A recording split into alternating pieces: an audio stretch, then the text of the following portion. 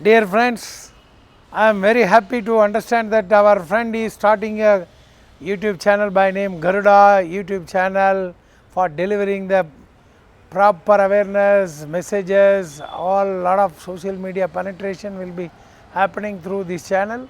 I am very happy to give my support, extend my cooperation, coordination, and by this time we want to celebrate this inauguration in a very good way. At the same time, my sincere heartiest congratulations for launching this new channel, which will penetrate the entire citizens of Hosur area and Krishnagiri district. All the best to my friend.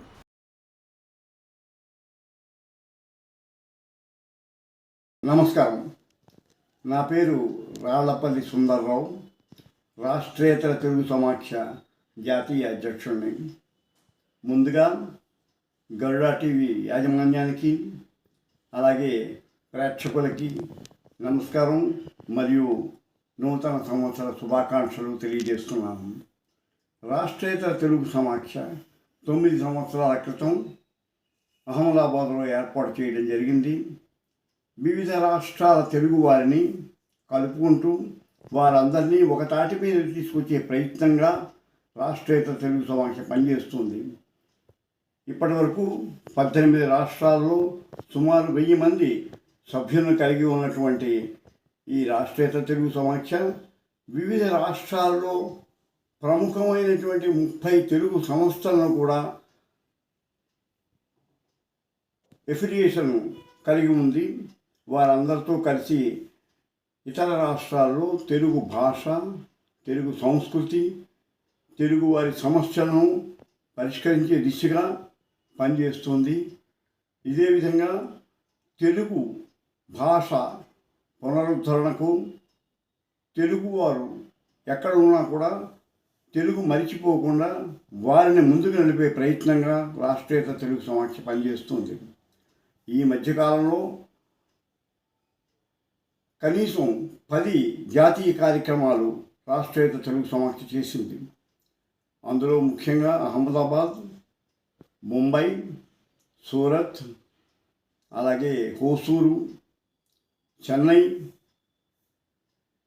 ఇలాగా ప్రముఖ నగరాల్లో ఈ కార్యక్రమాలన్నీ చేస్తూ తెలుగు వారందరినీ కూడా ఒకచోటికి సమాయత్తపరిచి వారి సమస్యలను ప్రభుత్వం దృష్టికి తీసుకురావడం జరుగుతుంది.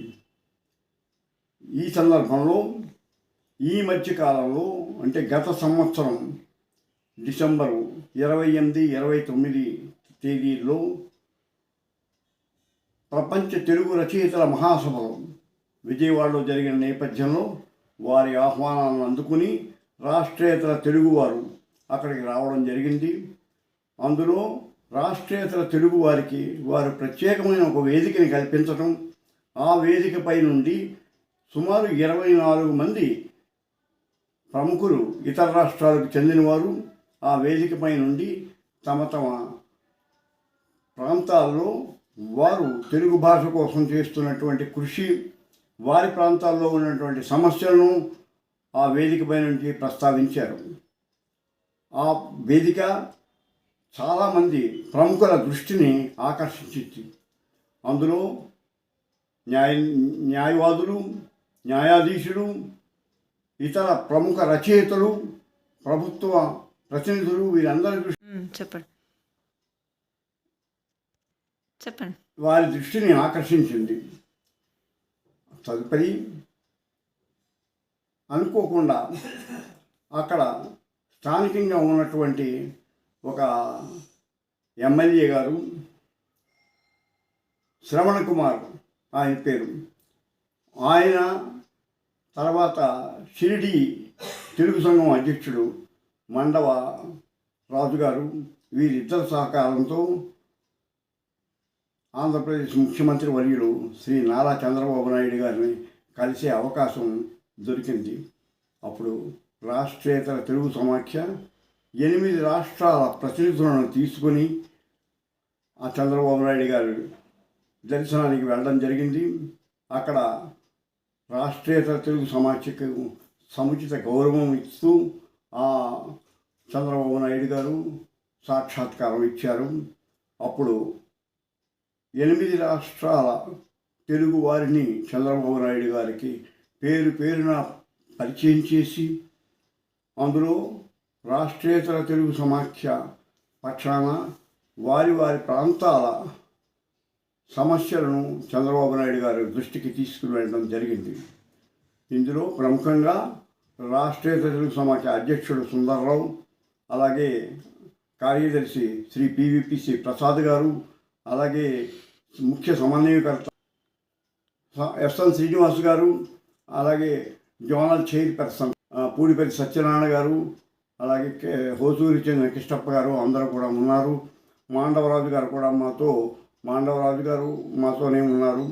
అలాగే మన శ్రవణ కుమార్ గారు ఎమ్మెల్యే గారు, ఆయన కూడా దగ్గర ఉండి చంద్రబాబు నాయుడు గారికి మా అందరి పరిచయం చేశారు. ఆ సందర్భంగా చంద్రబాబు నాయుడు గారికి వినతి పత్రం సమర్పించడం జరిగింది.